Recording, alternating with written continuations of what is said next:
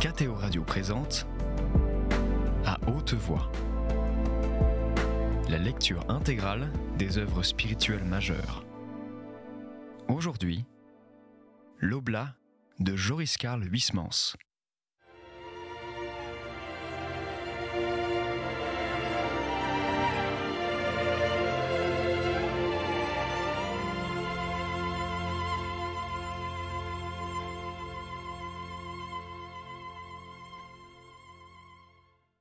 Voyez-vous, s'écria don Felletin, Monseigneur Trioreau se substituant à saint Benoît, et si nous consentions à lui remettre notre règle, supprimant les articles qui lui déplaisent ou y introduisant des ordonnances de son cru? Sans compter, dit monsieur Lampre, qu'un autre évêque dans un autre diocèse où se trouverait une autre abbaye bénédictine pratiquerait tout le contraire. Celui-là bifferait les clauses conservées par son confrère et en inventerait de nouvelles à son tour. Quel gâchis ce serait!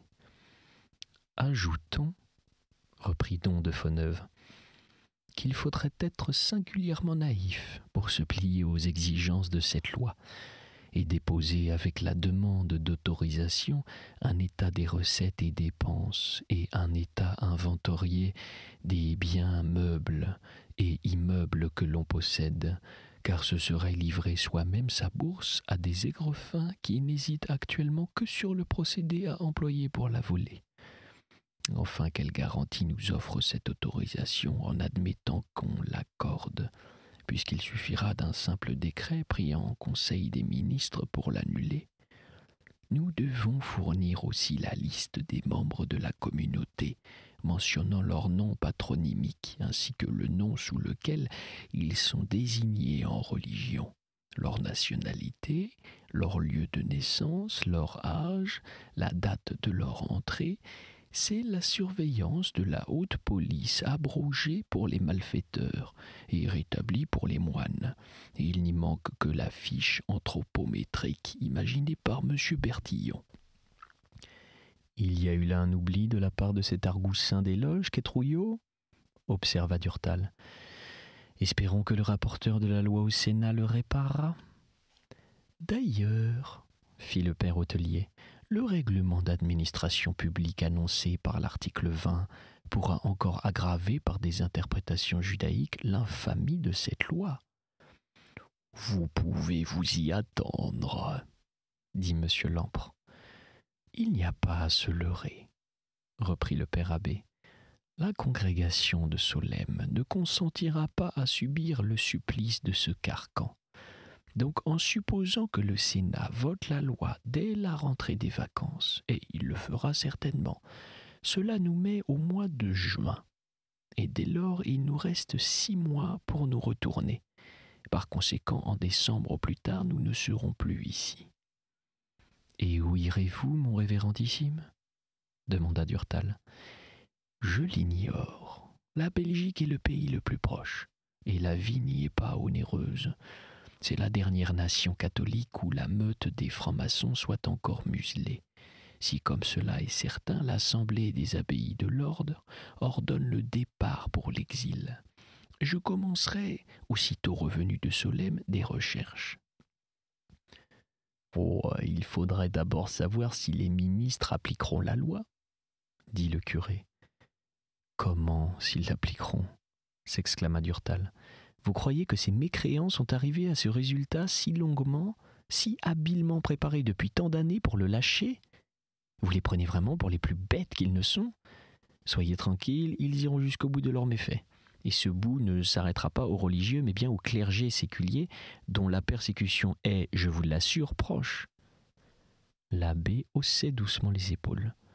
S'il jugeait en son fort intérieur les cloîtres encombrants et inutiles, il estimait par contre que le prêtre était indispensable et que jamais la République n'oserait y toucher. Et après le clergé, ce sera le tour du bourgeois. Après la curée des biens de main morte, nous assisterons au dol des valeurs vivantes. La bourgeoisie secouera-t-elle au moins son apathie lorsque l'on forcera sa caisse ? Dit M. Lampre.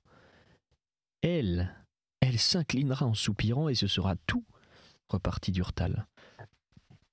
Quant aux catholiques, vous savez aussi bien que moi l'amas de sottises et de lâchetés qu'ils recèlent. Si par hasard il se trouvait parmi eux des gens intrépides, résolus à résister, les députés et les sénateurs du parti s'interposeraient aussitôt et feraient le jeu de l'ennemi en les désarmant. « Mais alors il n'y a rien à tenter ?» s'écria Dom de Faux-Neuve. « Non, mon père, rien. Je ne suis pas prophète, mais tenez que pendant les événements plus ou moins périlleux qui s'apprêtent, les orateurs catholiques se remueront dans le vide. Ils feront signer des pétitions que tout gouvernement, lorsqu'il les reçoit, jette au panier. Et ils prononceront de pathétiques discours dans des réunions triées avec soin pour qu'on n'y avarie pas leurs précieuses personnes. Puis quand le moment de descendre dans la rue et de se montrer sera venu, ces pieux matamores rédigeront encore de belliqueuses protestations, tandis que nos seigneurs les évêques gémiront respectueusement en des phrases cherchées, ce après quoi tous se mettront ventre à terre, tranquilles, convaincus d'ailleurs qu'ils ont empli leur devoir et qu'ils se sont vaillamment conduits. S'il en était ainsi, ce serait à désespérer de la France. Je ne vois pas de raison pour n'en point désespérer, répliqua Durtal. Ah non, s'écrièrent en chœur les assistants. Vous êtes trop pessimiste. C'est un temps à passer. Les ordres partiront en exil, c'est entendu. Nous subirons un 93 après.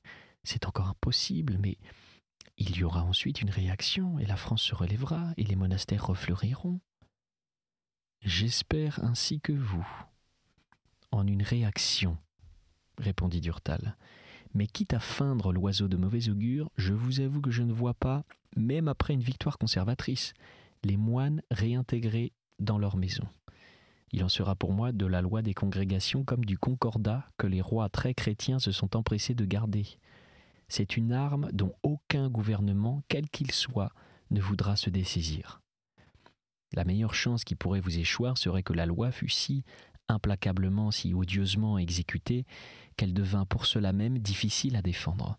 Peut-être alors modifierait-on les plus impudents de ces articles. Je le souhaite.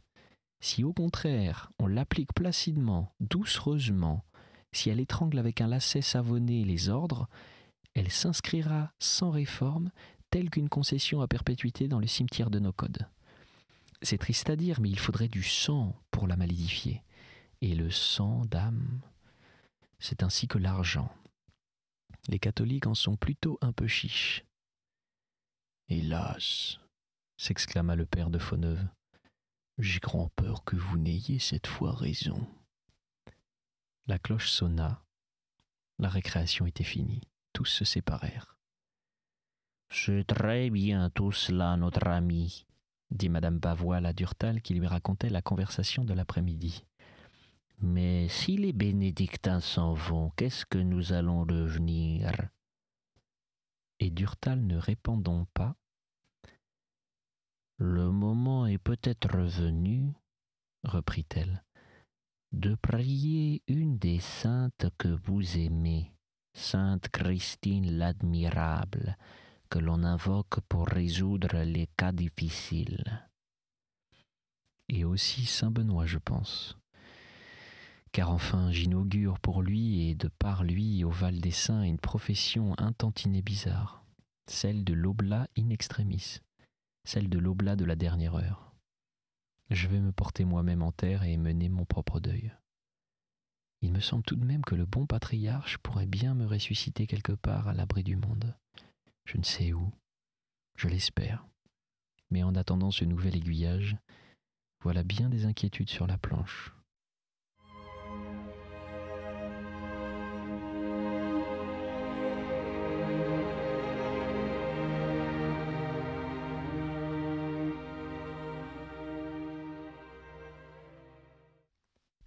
Chapitre 11.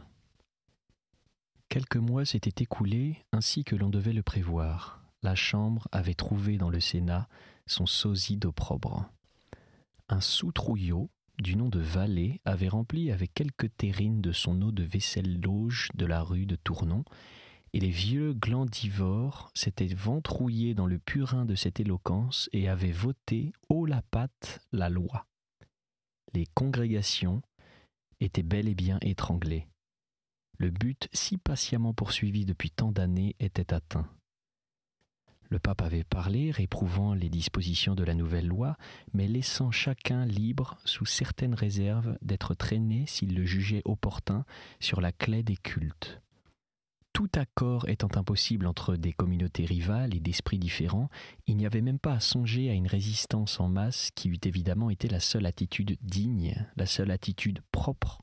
La détermination prise par Rome était donc en de telles circonstances sage.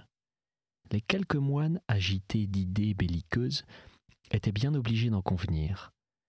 En ce cloître du Val des Saints, jadis si paisible, les soucis, jusqu'alors écartés de l'avenir, naissaient. Tous les pères envahissaient le scriptorium, où étaient les revues et les journaux catholiques que recevait le monastère. Ils les lisaient silencieusement et pendant la récréation les commentaient en les agrémentant parfois des plus cocasses gloses. Tout ce petit monde qui n'était au courant de rien et qui s'était moqué, Dieu sait combien, jusqu'alors de la politique, se demandait quel mal il avait bien pu commettre pour qu'on le pourchassât de la sorte. Et ce trouble se répercutait dans le noviciat. Ce que vous avez fait, mais aux yeux de vos prescripteurs, vous avez commis le plus impardonnable des crimes, celui de n'en pas commettre contre Dieu, dit Durtal au petit frère Gèdre qui le consultait ahuri par ce bourdonnement de ruche qu'on enfume. Tous erraient dans les corridors aux écoutes. Le révérendissime était à Solesmes et l'on attendait avec impatience qu'il écrivît au père prieur pour savoir quand et comment s'effectuerait le départ. « Il n'y a pas de nouvelles, » dit M. Lampre à Durtal, qui sortait avec lui de la grand-messe. Mais la résolution du chapitre des abbés est si parfaitement connue d'avance qu'une lettre de Don Bernard ne nous apprendrait rien que nous ne sachions. C'est l'exil à bref délai, le lieu choisi du bannissement demeure, seul ignoré, et pour longtemps encore, je pense. Et Durtal, s'apprêtant à le quitter sur le seuil de l'église, « Voyons, reprit-il, puisque vous déjeunez aujourd'hui à la maison, au lieu de vous rendre chez moi à l'heure imperturbable du repas, arrivez dès maintenant, nous feuilletterons en guise d'apéritif mes enluminures. »« Ah ça, je veux bien, » dit Durtal. L'habitation de M. Lampre, située à 2 pas de l'église et du couvent, était une de ces grandes bâtisses indifférentes, telles qu'il en prospère dans tous les bourgs. Elle sentait la province, l'odeur mélangée de la colle à poisson et de la pomme, mais elle était à l'intérieur assez bien distribuée et munie de vieux meubles confortables. Monsieur Lampre la tenait de famille, ainsi que ces ruines du cloître qu'il avait données avec de vastes arpents de terre aux moines. Il s'était simplement réservé un spacieux jardin qu'il avait séparé par un mur de celui de l'abbaye pour que chacun fût chez soi. Et ce jardin, planté d'arbres séculaires, était traversé par des allées bordées de fleurs. L'une arborait des massifs de roses de toutes formes, de toutes teintes, parmi lesquelles figurait la variété, assez laide du reste, de la rose verte. Sa collection de roses, entretenue à grands frais, était en Bourgogne cotée. « Pourtant, disait-il un jour à Durtal, je n'ai nullement la marotte de l'horticulture. Je me force par devoir à m'en enticher et ne dépense de l'argent que pour m'y intéresser. » Et comme Durtal, qui admirait le feu d'artifice de certaines touffes jaillies du sol, le regardait sans comprendre. « C'est bien simple, reprenait-il. Je suis si paresseux, si peu marcheur, que je ne bougerai pas de chez moi, que je ne descendrai pas me promener dans le jardin. Si je n'étais mu par le sentiment très médiocre d'ailleurs de m'assurer que je ne perds pas en voyant des arbustes qui poussent l'argent que leur achat et que leur entretien me coûte. Je considère une plate-bande, je scrute une corbeille, et sans y prêter attention, je trottine. L'horticulture me dégourdit plus les jambes qu'elle ne m'égaye les yeux. C'est un point de vue un peu spécial, mais il a, puisqu'il m'est utile, sa raison d'être. Que diable a-t-il bien pu faire dans la vie ? Se demandait parfois Durtal. Ce que l'on savait de précis sur son compte se réduisait à presque rien. Monsieur Lampre avait été dans sa jeunesse élève à l'école des Chartes et avait longtemps habité Paris. Il était resté célibataire et ne possédait plus pour toute famille que la fille de sa sœur mariée à un monsieur de Garembois, préfet sous l'Empire. Sa sœur et son mari étaient morts, et sa nièce, il ne l'avait guère fréquentée, car elle avait toujours vécu chez les religieuses et près des cloîtres de Solesmes. Leur relation jadis si espacée ne s'était réellement resserrée que depuis qu'elle s'était fixée au Val des Saints. Et ils s'aimaient en se disputant sans trop se voir.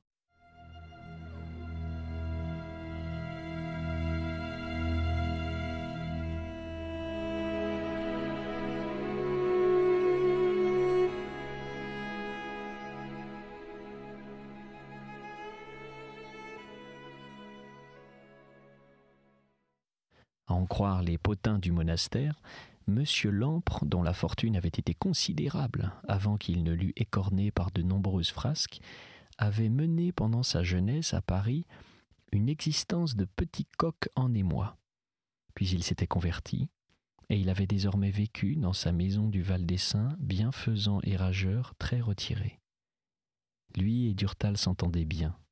Des goûts communs les rapprochaient. Monsieur Lampre était un peu au courant de la littérature contemporaine et tout à fait arriéré pour ce qui concernait l'art de notre temps. Il était en sa qualité du collectionneur confiné en un nombre de matières fort restreint. Il s'arrêtait en peinture, avant même les tableaux des primitifs, aux enluminures, et en histoire monastique il n'appréciait que les monographies et les cartulaires.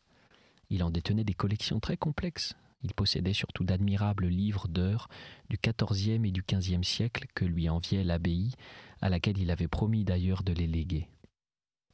Il avait naguère dépensé d'imposantes sommes à ses achats, mais des époques moins débonnaires étaient venues. Il avait dû aider à l'installation, pourvoir même pendant les premières années à la subsistance de ces moines qu'il avait demandé à Solesmes. Et il était à la fois furieux contre eux, qui l'empêchait de continuer des dépenses somptuaires, et satisfait de les secourir. Les jours de mauvaise humeur, il grommelait son habituelle plainte. « Qu'est-ce que je leur réclame en échange de belles occasions que j'ai à cause de rater, de devenir des saints, et j'y suis de ma poche, car ces matins-là me leurrent. » Et soulagé par quelques grains de débinage, il était de nouveau prêt à leur rendre service. En sus de sa passion pour les cartulaires et les miniatures, il était encore en sa qualité de bourguignon féru d'un autre amour, celui d'une bonne cave, et mélancoliquement à table, il se remémorait les années où il n'avait pu acquérir une petite provision de beaune hospice parce que ses sacrés bénédictins l'avaient mis à sec. Ses regrets enchantaient sa nièce, à laquelle il reprochait sa gourmandise. « Voilà », disait-elle, « il faut être indulgent, les uns pour les autres, car chacun a sa petite manie et son gros péché. Moi, ce sont les friandises. Mon oncle, ce sont les vieux crus de la Bourgogne. » Mais il n'admettait pas cette assimilation. L'amour des grands vins, disait-il, est un amour presque noble, car il y a une certaine beauté, un certain arc dans la saveur, dans la couleur, dans le bouquet d'un Corton ou d'un Chambertin, tandis que la convoitise des châteries et des gâteaux relève d'un sentiment bourgeois et décèle des instincts grossiers et des appétences viles. Et il la rabrouait tandis qu'amusée de l'entendre grogner, elle se tordait.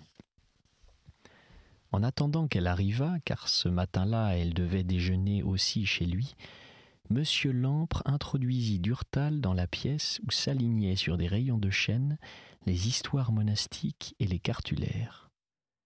La pièce était vaste, tapissée d'un papier fleuri de coquelicots sur champ gris, meublée de bergères en velours d'Utrecht citron, de tables d'acajou, d'un secrétaire empire avec serrure à trèfle.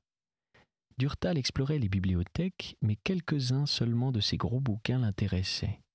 Car de même que dans toutes les collections, il y avait, pour faire nombre et compléter les recueils, un tas de volumes illisibles que pas plus que lui, Monsieur Lampre n'ouvrait. Ce qui captivait davantage Durtal, c'étaient les livres d'heures. Cela était rangé dans le secrétaire et enfermé dans des écrins. Monsieur Lampre ne désirait généralement pas les montrer. Il les gardait jalousement pour lui. Il les avait pourtant exhibés déjà plusieurs fois à Durtal, mais il fallait que ce fût lui-même qui proposât de les regarder, sinon il demeurait sourd à tout invite. Il avait offert ce matin-là de les examiner. Cela allait donc tout seul, et il en sortit de leur gaine quelques-uns. C'était toujours un régal que l'apparition de ces fraîches merveilles. « Je n'en ai pas beaucoup, » disait-il, « mais je crois n'avoir raflé dans les ventes que des pièces de joie. » Et il soupirait, avouant le prix de 30 000 francs payés pour l'un de ses livres, magnifique du reste, Auré, Beate, Mariae Virginis. Un petit in-quarto avec reliure du XVIe siècle à large dentelle, un manuscrit de l'école flamande francisé de la fin du XIVe siècle, en lettres gothiques sur vélin, paré de cadres de branchage et de rinceaux à chaque page.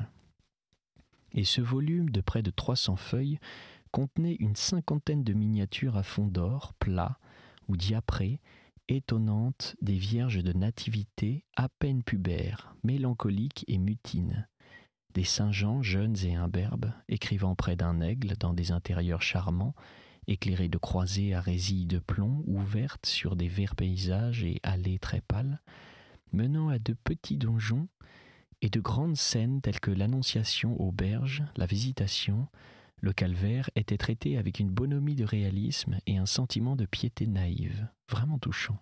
« Voici, » dit M. Lampre, « un diurnal de moindre prix, mais bien curieux. Remarquez la façon dont l'artiste a peint la Sainte Trinité. Elle diffère absolument du modèle connu, adopté par la plupart des enluminures du Moyen-Âge. Le Saint-Esprit planant sous la forme d'une colombe au-dessus du Père et du Fils, ici le Père, couronné ainsi qu'un pape du trirègne, et assis sur le report d'une gloire pareille à une amande d'or, les pieds appuyés sur l'escabeau du monde, tient en son giron Jésus, qui tient lui-même de la même manière le Paraclet, figuré par la souriante personne d'un gamin blond. Est-ce étrange? Et ce qui est non moins étrange aussi, c'est la conservation de ce manuscrit.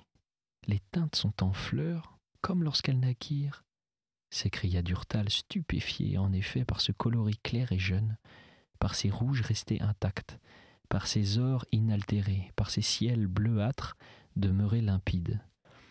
Ah, ils n'acquéraient point leurs produits chez des marchands et l'aniline n'était pas encore inventée, répondit M. Lampre. Ces gens broyaient eux-mêmes leurs couleurs qu'ils extrayaient de certains minéraux, de certaines terres, de certaines plantes.